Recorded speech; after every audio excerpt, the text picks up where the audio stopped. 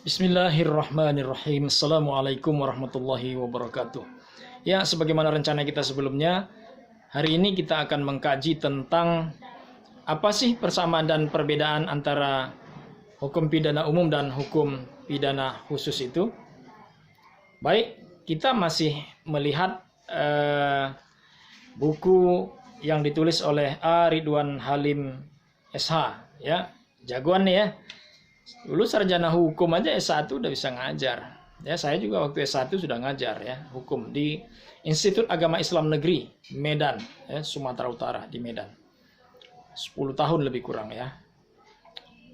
Berbagai mata kuliah ya, baik pidana militer, administrasi negara, tata negara, dan pidana perdata sudah saya ajarkan. Kali ini saya juga pengen berbagi ya pada para viewer lah ya sekalian. Semoga ini bermanfaat. Yuk kita mulai. Oke, oh ya, saya juga punya diktat sebenarnya. Mungkin lebih mudah saya pakai itu, tapi saya pengen Pak Ridwan Halim ini berpahala lah dia kalau saya ajarkan ilmunya kepada masyarakat ya. Jadi ini dia. Peraturan hukum pidana umum di Indonesia terwujud dalam Kitab Undang-Undang Hukum Pidana. Jadi tadi kan beda, apa beda hukum pidana umum dengan hukum pidana khusus? Nah, jawabannya adalah hukum pidana umum itu kalau di Indonesia itu diatur atau semuanya sudah dihimpun dalam Kitab Undang-Undang Hukum Pidana, KUHP gitu ya. Sedangkan peraturan-peraturan hukum pidana khusus adanya tersebar dalam pelbagai undang-undang yang secara khusus dan tersendiri mengatur tentang delik-delik tertentu, lebih mendalam daripada pengaturannya dalam KUHP yang bersifat umum. Nah, misalnya kitab undang-undang undang-undang korupsi, ya kan? Undang-undang tindak pidana ekonomi ada, iya ada. Ya, jadi nanti ini kan masih basic ya, nanti kita insya Allah akan sampai ke sana. Oke, selaras dengan adagium atau semboyan lex specialis derogat lex generalis. Hukum yang khusus menyingkirkan hukum yang umum. Jadi yang khusus itu menyingkirkan yang umum. Artinya apa? Kalau ada sudah diatur di dalam undang-undang yang khusus, maka undang-undang yang umum tadi itu dia nanti dijungtokan aja ya, dari pidana umum dijungtokan kepada yang khusus bisa gitu, atau sebaliknya pun bisa ya. Nanti dalam pertimbangannya para ahli-ahli hukum akan membuat seperti itu ya. Oke. Maka khusus dalam pengaturan delik-delik tertentu yang khusus, misalnya delik korupsi, subversi. Wah, subversi ini ngeri ya. Dan subversi itu apa tadi?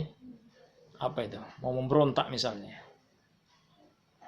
Makar ya, dan sebagainya. Sepanjang telah diatur oleh undang-undang tersendiri. KUHP tidak berlaku penerapannya terhadap delik-delik tertentu tersebut. Contoh begini ya. Terhadap perkara-perkara korupsi dipakai undang-undang anti korupsi, bukan KUHP. Nah, kenapa? Kalau sudah tegas jelas diatur dalam KUHP. Tapi kalau belum, ya tetap juga harus dibuat di KUHP. Kalau dalam undang-undang korupsi, anti korupsi itu sudah diatur semua secara detail, ya KUHP nggak usah lagi. Untuk apa kan double-double? Nggak usah dijungtokan juga. Tapi misalnya masalah kasus penistaan agama. Ya kan? Ada nggak di KUHP? Ada. Tapi ada nggak di dalam undang-undang ITE? Ada. Makanya dua-dua dipakai. Ya kan? Kasus Ahok waktu itu. Dua-dua dipakai ini. Ya. Demikian pula terhadap delik-delik khusus lainnya seperti delik subversi, delik narkotika, dan sebagainya. Nah, jadi undang-undang anti narkotika juga ada. Diatur semua. Jadi kalau situ sudah lengkap, ya KUHP ini nggak usah lagi. Nggak usah ditengok lagi. Sudah lengkap di situ semua, untuk apa? Ya kan? Nah, itulah perbedaan dan ya kesamaan daripada yang tindak pidana umum dan tindak pidana khusus. Jadi tindak pidana umum itu yang mengatur secara umum saja semua. Jadi hal-hal yang khusus ada di tempat yang umum, tapi tidak mendalam. Nah, di tindak pidana umum tidak ada diatur di dalam tindak pidana khusus di undang-undangnya itu tidak ada lagi diatur masalah yang umum. Dia sudah langsung to the point masalah yang khusus. Ya kan? Sudah.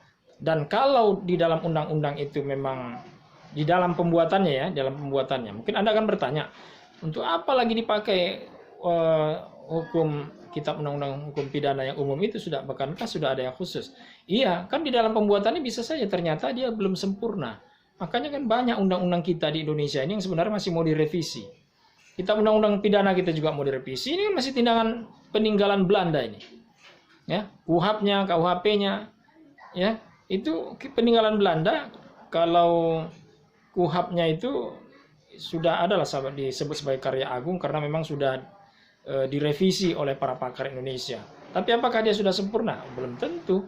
Dia akan terjadi proses pergerakan zaman ini akan melihat, menentukan apakah dia masih relevan. Jadi bisa saja nanti direvisi, disesuaikan ya. Jadi contohnya tadi apa? Terhadap perkara-perkara korupsi dipakailah undang-undang anti korupsi, bukan KUHP. Demikian pula terhadap delik khusus lainnya seperti delik subversi, delik narkotika dan sebagainya. Ya, jadi sekali lagi kita sampaikan bahwa peraturan-peraturan hukum pidana umum di Indonesia terwujud dalam kitab undang-undang hukum pidana. Sedangkan peraturan-peraturan hukum pidana yang khusus itu adanya tersebar dalam pelbagai undang-undang yang secara khusus dan tersendiri.